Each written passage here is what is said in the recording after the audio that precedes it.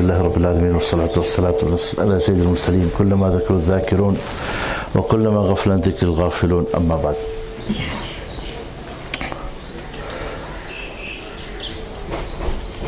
My beloved brothers, friends,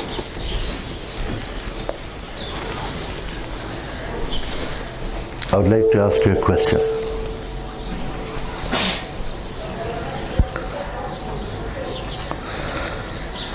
It's a very simple question, and I think so every one of you can answer. What's more better? Is Android more better or Apple more better?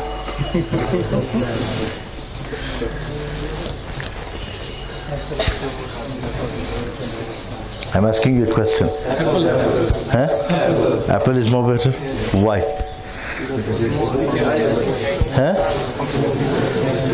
I want one person to answer me. One.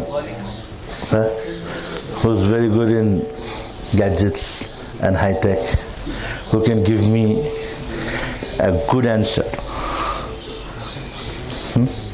Anyone?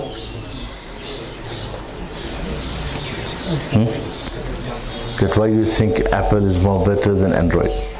If someone is an Android fan, he'll get upset with you.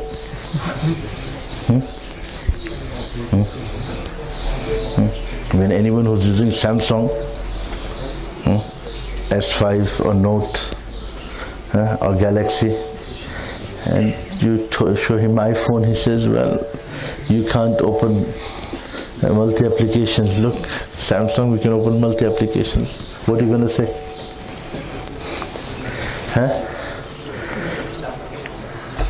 Still Apple. You know the person who was the backbone of Apple? Steve Jobs. Steve Jobs. Has anyone read his biography? Yes. What was he? He was a college dropout. College dropout, okay. What else? He was not living with his own parents. Okay. What else? So he never used his shoes in universities. He was walking with bare shoes. Okay. What else? He was having a group of friends that were too intelligent, as he was the ideology of Apple, but he was not the making of Apple. Then what happened? So he told his friend to leave the job in HP, and he joined him. And then got a project of something $1.5 million, which he was estimating of $55 million. $55,000, so he was too happy to get this project of 1.5. What is the gist of his life? He wanted to make something different.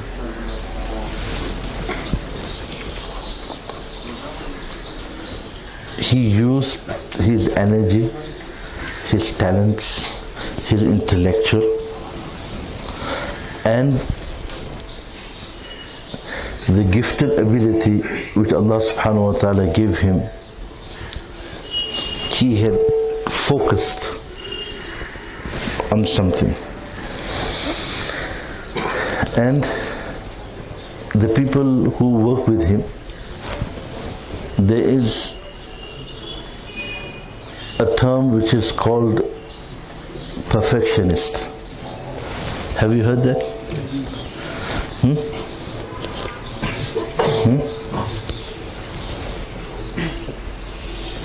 There's a company which makes sports cars, luxury cars.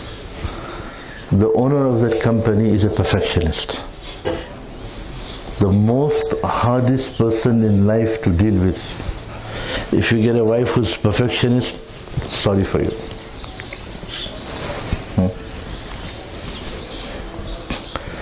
Perfectionist is a person, and they're very natural. It's not something that, it's a natural thing which some people have.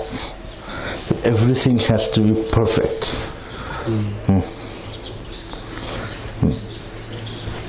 Have you heard about McLaren, the company? Formula One. You have heard about it?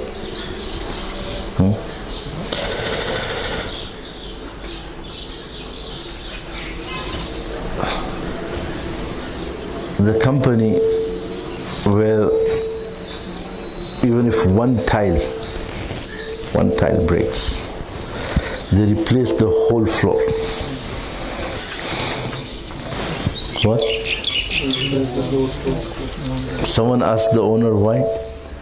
He said it's not from the same stone. It's where it's made. It's like a 7-star hotel, not 5-star.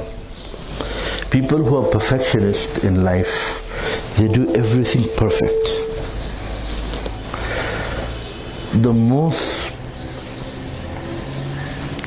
The greatest perfectionist ever to come on the face of this earth was Rasulullah sallallahu alaihi wasallam.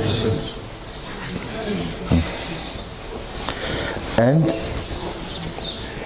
he was a person who had a very big vision.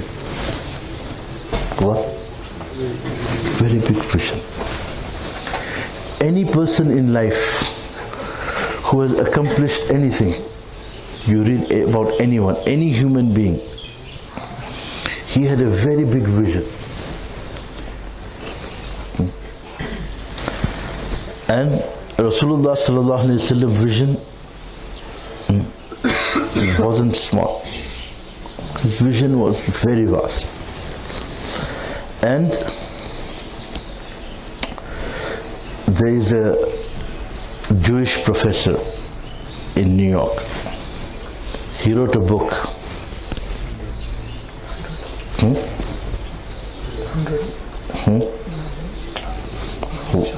What? 100? Most influential men.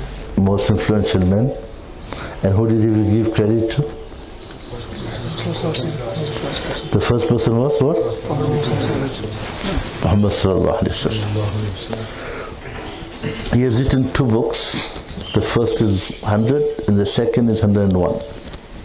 He added 1 more. Someone told him 100 is not a good number. So, in that he gave credit to Rasulullah sallallahu alaihi wasallam. And it is how many years of research? Anyone knows? Anyone knows?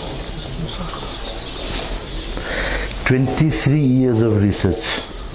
How many? You do homework, you do assignments. You don't do research. Maybe 1 day, 2 days, 1 week. Today you have Google. If you want to know anything, what do you do? Or you go to the library and let me look in this book and that book and that book and that book.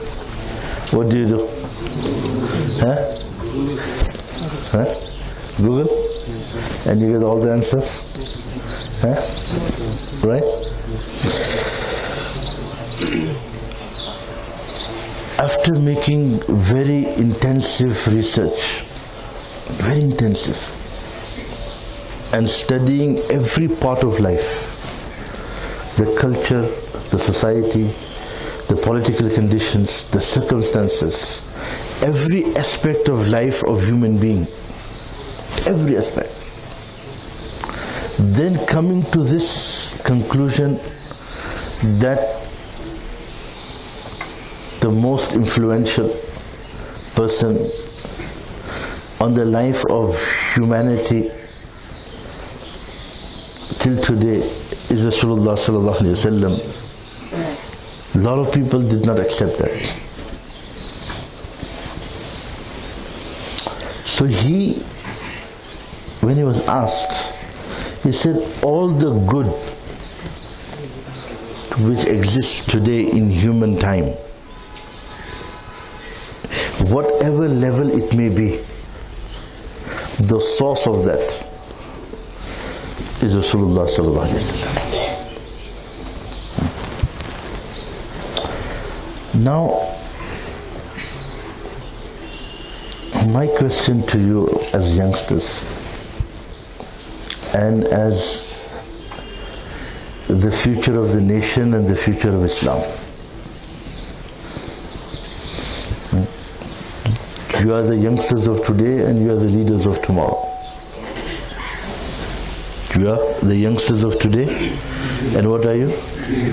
Leaders of tomorrow. That the talents, the abilities, the intellectual, the stamina, the energy which Allah subhanahu wa ta'ala has given to each and every one of us. What are we using it for? Are we using it to benefit the humanity? Are we such talented and are we such gifted in all fields of life that if someone was supposed to ask us a random question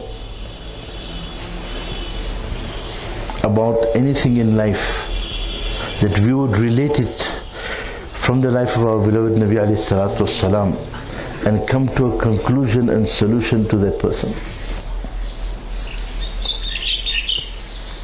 Let me give you an example. You know, I was traveling in the US and so there was one very famous lawyer was sitting next to me. So when you fly, the first thing when someone sees you like Islamically dressed in this, they have their reservations. So I said, how are you? How are you doing? How's things? Where are you going? Break the ice. And so he started talking to me. And he said, I have a question. Go ahead. Are you a Muslim? I said, yes, I'm a Muslim. So you know, as soon as I said I'm a Muslim, like, I told him, don't worry. He says, but you know something? You Muslims are such a big problem. You know, one of the most unique thing in the West, they're honest and they'll tell you on your face. They won't go behind your back. Very open society. And the openness you cannot even understand. A friend of mine, he's very much into cars. Every 3 months he changes cars. Every 3 months. Any new sports car comes out, he has it. So when the M6 came out, the BMW M6. So, and because we are best friends, right? And he travels with me a lot. So he says, he brings it to me, shows it to me. And if I have some meetings or if I have to go and meet someone, we go together. So he came. So we are going. It's about 8 o'clock, 9 o'clock in the evening. We are going to meet someone. It's about, you can say, 10 minutes away from my house. We're driving. And he's telling me that, look, in 2 seconds, from where to where, the speed can go and all this. We're just talking normal.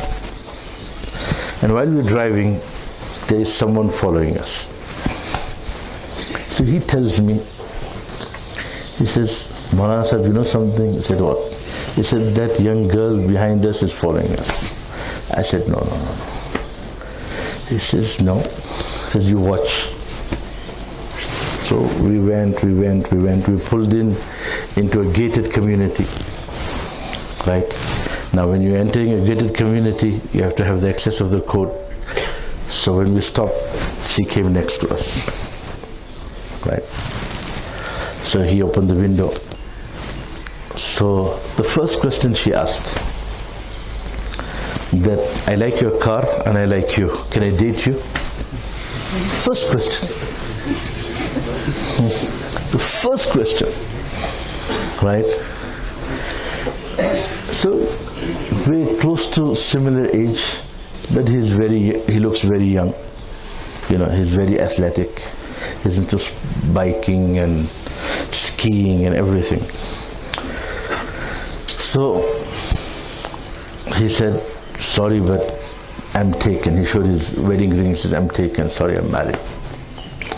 So he told me, he says, every day, every time, when I drive a sports car, someone comes up, they talk to me. But it's not the car, it's not me, it's the car. What is it? It's the car, it's not me. Right? But they relate the value, the material value to the person. And they're ready to degrade themselves to just get a chance to sit in something like that. I'm just trying to explain how openness the society is. So he tells me, so I said, yes, Muslims are the problem, but Islam is the solution. What did I say? So he said, okay. He says, so when this conversation was happening, he asked me that, okay, right now, have you heard about the credit crunch and global crisis, global recession?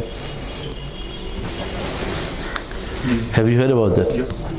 Who's heard about it? Credit crunch, recession, global crisis. Anyone? Everyone. No? You don't know about it? In 2008, when the whole US economy collapsed, and even the federal government shut down for 20 days, and a lot of things happened, and the whole banking system went down, and the real estate market went down, and Dubai went down, and then everywhere, and then they had problems in Europe. Have you heard about that? Anyone read about it? Anyone know about it? And I think so now the effect of that is coming to India. You know, it comes late. It takes time from there to come here. And just yesterday I was talking to some people, they were saying that it's recession time in India right now. I was in Gujarat, the same thing. I was in Bombay, the same thing. I was in Delhi, the same thing. Yesterday also someone was saying the same thing, that it's a recession time. So he was asking me that what's the Islamic view about it? So I said, okay. I said, there's two ways to run an economy. Two ways to run an economy. One is the current system that the whole economy runs on interest. That is one way, right? Anything you want, you go to the bank, you get it. Yes or no? Anything you want, you go to the bank, you put your papers, and on that they give you. That is one system. The other system is, which is the Islamic system, which is every person is helping the other person. Every person is helping the other person. Anyone in need, regardless, whoever it may be, he may be a Muslim or he may be a non-Muslim, regardless of religion, regardless of race, regardless of ethnic background, regardless of the status in society. Anyone in need, without inquiring, without going into details that okay, who are you and what are you and what not. Just give it with the right hand, and the left hand should not know. Give it with the right hand, and left hand should not know. One of the great grandchildren of Rasulullah sallallahu alaihi wasallam, his name was Imam Zainul Abidin rahmatullah alayhi. Have you heard about that name?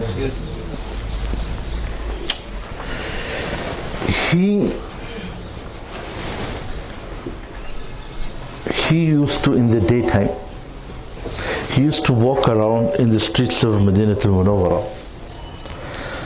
and he would find out what need anyone has.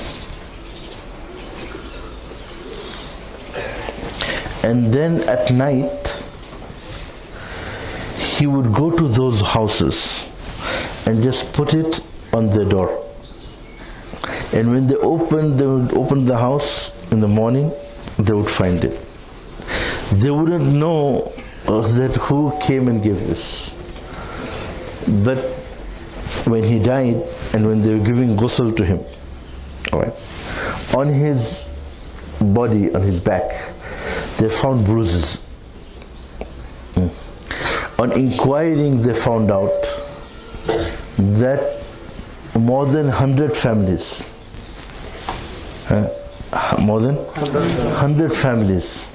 all their needs were taken care of by this one person, and no one knew about it. No one knew about it. One person.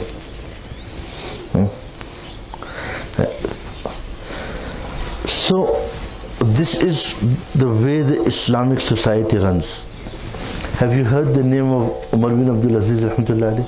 Yes. It is said that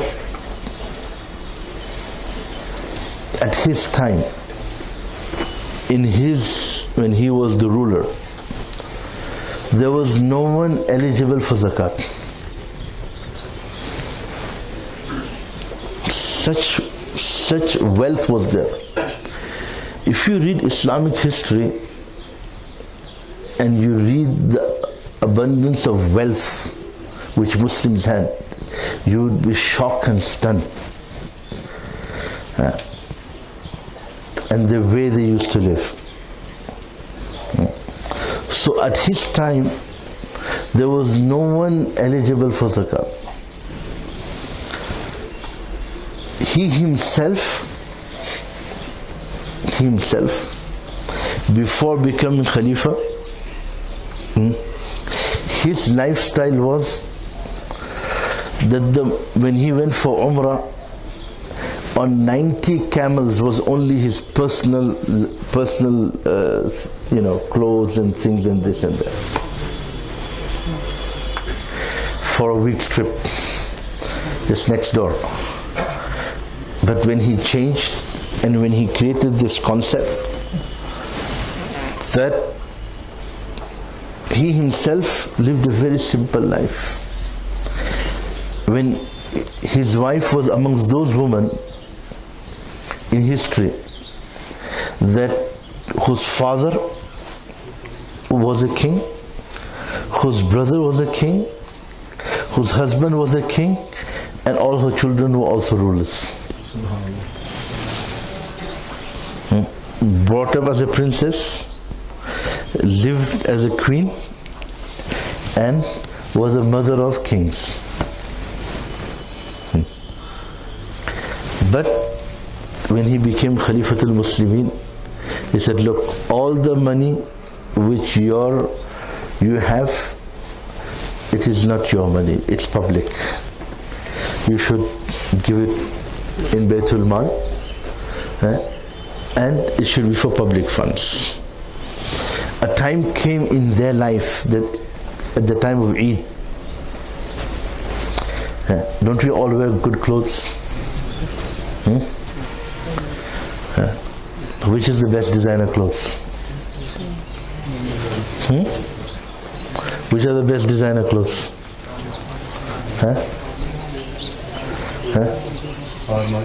Armani. Which else? US Polo. Which else? Chanel. Chanel is it for men or women? Women. Okay. Okay. What else?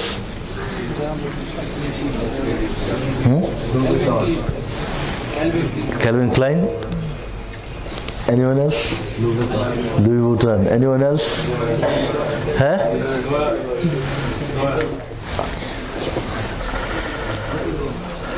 Different brands.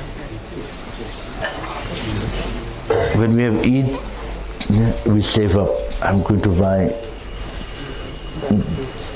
this. Right? Does that happen? I want to wear the best clothes. Yes or no? Yes. Right? So when Eid came to his house, he wanted to know, the wife said, so he told the treasurer, can you give me my salary 1 month in advance so I can buy clothes for my children to wear at Eid? He's the king of the time. And the treasurer said, I have no problem if you can give me guarantee that you will stay 1 more month alive. I have no problem. I can give it to you. But I want one thing from you, that you can give me guarantee that you are going to live 1 more month. When people of such caliber lived, you know the effect of that life, which was not only on humans but even on animals? A wolf and a sheep would drink water together. Have you ever seen that? No. Have you ever seen that? A wolf and a sheep. At the time of Rasulullah sallallahu alaihi wasallam, a whole herd of wolves came to Rasulullah sallallahu alaihi wasallam. And they said that, O Rasulullah sallallahu alaihi wasallam, Allah has made our rizq flesh, and we do not like to attack the animals of your companions of Sahaba radiallahu ta'ala. If you will allot a share for us, then that's it. Rasulullah sallallahu alaihi wasallam called the Sahaba. He said, what's your opinion? Sahaba said that, oh Rasulullah sallallahu alaihi wasallam, we bring when Eid comes and you bring up an animal, how much do you get attached to it? Any pet you may have. You may have a bird, you may have fish, any pet you have, right? What happens? You know, my small daughter, I bought a parrot for her, right? And one day she opened the cage and the parrot ran away and she started crying. I said, what happened? She wouldn't tell it, she wouldn't speak. Very upset. I said, what happened? The parrot ran away. So I said, it will come back. She said, no. I said, okay, you make dua. I said, you pray to Allah that, Allah, bring my parrot back. I said, where are we going to look for it? I said, okay, let's go outside and start looking for it. So we walked a bit. And I said, she'll come back. Now, she says, I'm not going to school today. I'm not feeling well. The attachment which a person has. Attachment. Right? So Sahaba said, Ya Rasulullah, we bring them up with so much love and care, and you are telling us to give it away. We cannot do that. The actions of the life of human being our actions are not only limited to us, they have effect on the entire humanity. So I told this person that the Islamic finance system, in Allah says in the Quran, يَمْحَقُ اللَّهُ الرِّبَا وَيُرْبِسْ صَدَقَاتٍ. That whenever you give in charity, whenever you help anyone, Allah will give you back. You know, in Times magazines, there was an article about 50 billionaires of the US. How many? 50. And in that, they asked everyone that what do you want to do with your wealth? So everyone mentioned, I want to give an education, I want to give to this college, this university, I want to do this. Majority of the people, they asked them, what about your kids? They said, we are self-made billionaires. For them, we are not much worried. We made it, they'll make it. Yeah? So one of the questions was asked to one of them. They said, why do you want to give such a large amount of your money in charity?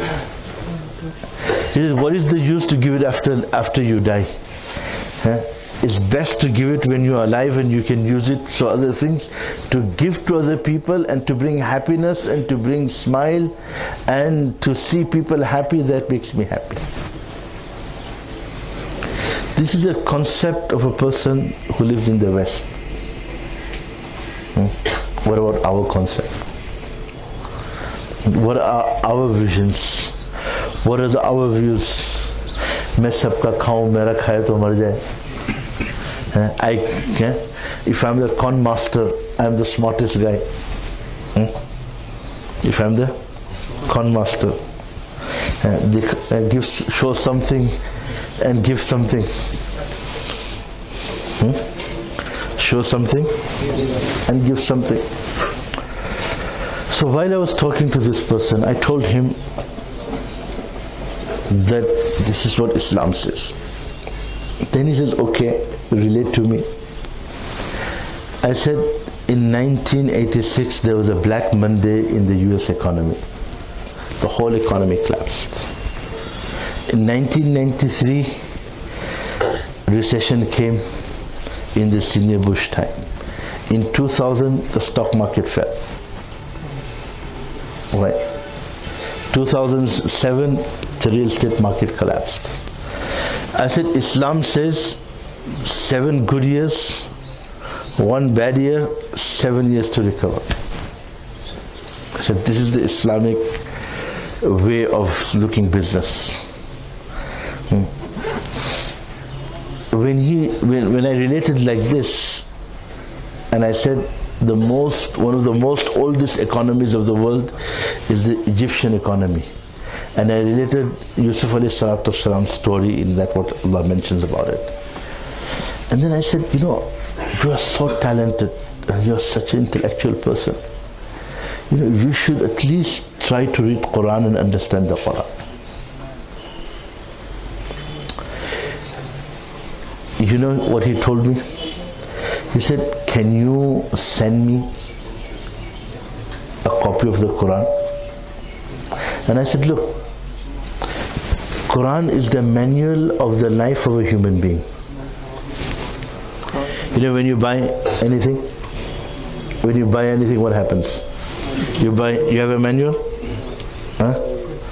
You buy a phone, it has a manual. You buy a book, okay? You buy a laptop, you buy a bicycle, you have anything you buy today, it has instructions and manual. How to use it. And it may be something very simple, very easy. It may be a very easy fix, right? But if you don't look at the manual, what happens? Oh, I know it. What happens? You spend hours behind it. Then someone tells you, why don't you look at the manual? Oh, no, I know how to do it. Just look at it. and you're just missing one screw, or you're missing something small, that's it, or you just put it other way around. The manual of the life of human being is the Quran. All the problems, and the solution of all the problems is in the Quran. And I can just put it in 2 words. I always say it in 2 words. Whenever we face any difficulty in life, it may be in our personal life, it may be in our family life, it may be in our business life, any field of life, when we faced any difficulty, just see that what of the teachings of Rasulullah sallallahu alaihi wasallam we have left. And if you want a solution, just come back to the teachings of Rasulullah sallallahu alaihi wasallam. In the teachings of Rasulullah sallallahu alaihi wasallam is the solutions of all the problems. Have you heard this expression? Har marz ki dawa salli ala. Have you heard that? Yes or no? Yeah? That any problems we have, see, the most unfortunate thing is that we are all youngsters.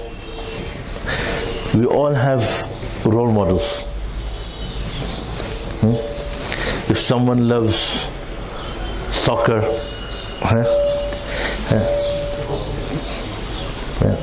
then either he'll go for who? Messi? Ronaldo? Who?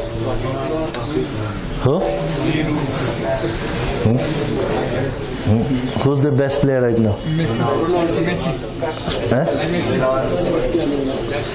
So what happened in the World Cup? You may have the best player in the team. You may have the best player in the team. But if you don't have the best team, then what happens?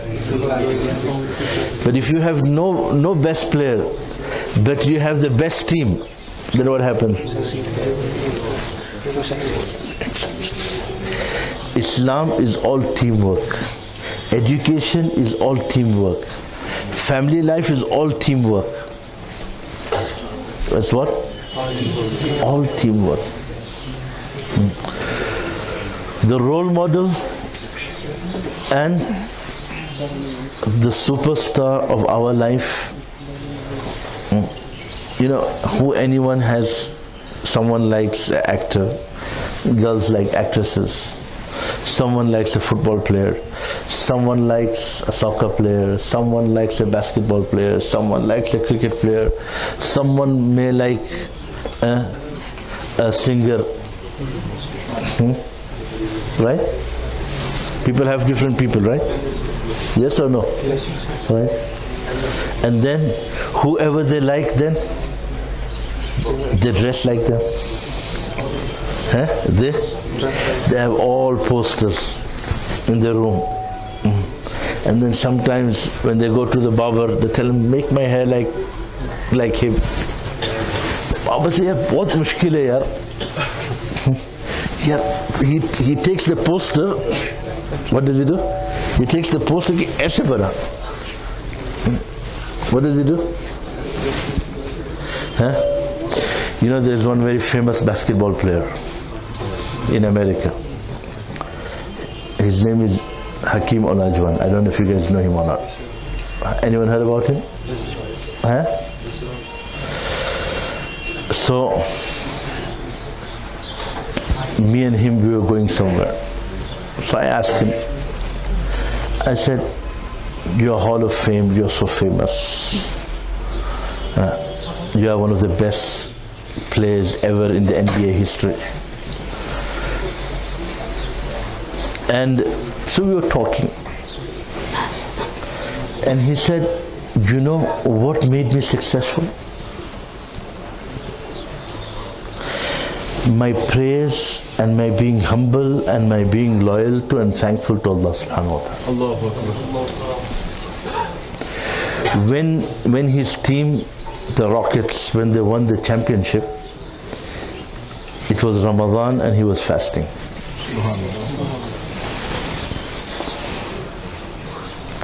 Right, to play the finals in that condition, and he would take a break. He would not say that, well, I'll go home and read my Isha, or I'll go home and read my Maghrib.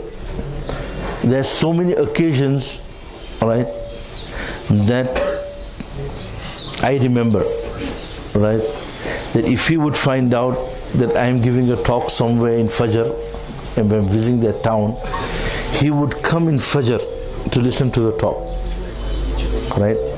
And sometimes when they used to have matches, he would read Maghrib and go to play the match. So what for us, the role model is Rasulullah sallallahu alaihi wasallam. We need to bring him into our life. We'll all do this.